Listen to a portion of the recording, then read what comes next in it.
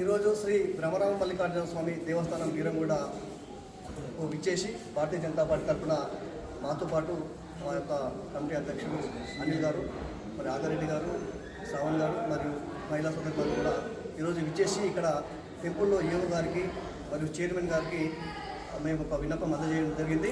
ముఖ్యంగా శ్రీ బ్రహ్మరామ మల్లికార్జున స్వామి దేవాలయం ఈ యొక్క ఉమ్మడి మెదక్ జిల్లాలో ఒక ప్రఖ్యాతమైన దేవాలయం, పవిత్రమైన దేవాలయం.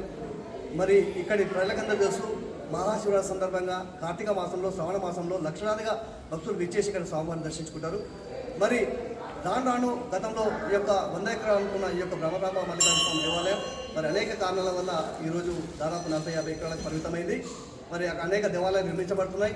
ముఖ్యంగా ఈ దేవాలయానికి గిరి ప్రదక్షిణ ఒకటి ఏర్పాటు చేయాలని చెప్పి ఈరోజు మేము చైర్మన్ గారికి మరియు యువ గారికి ఒక విన్నపం అందజేయడం జరిగింది.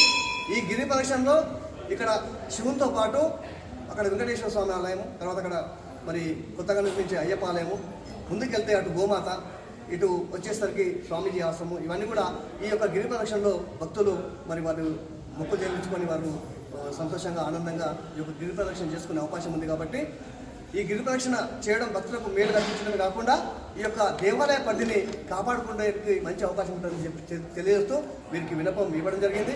తొందరలోనే ఈ యొక్క కార్యక్రమాన్ని మరి చైర్మన్ గారు, ఈవో గారు మరి అందరితో చర్చించి ఈ యొక్క కార్యక్రమాన్ని ప్రారంభిస్తే మా యొక్క సంపూర్ణ మద్దతు ఉందని తెలియజేస్తున్నాం.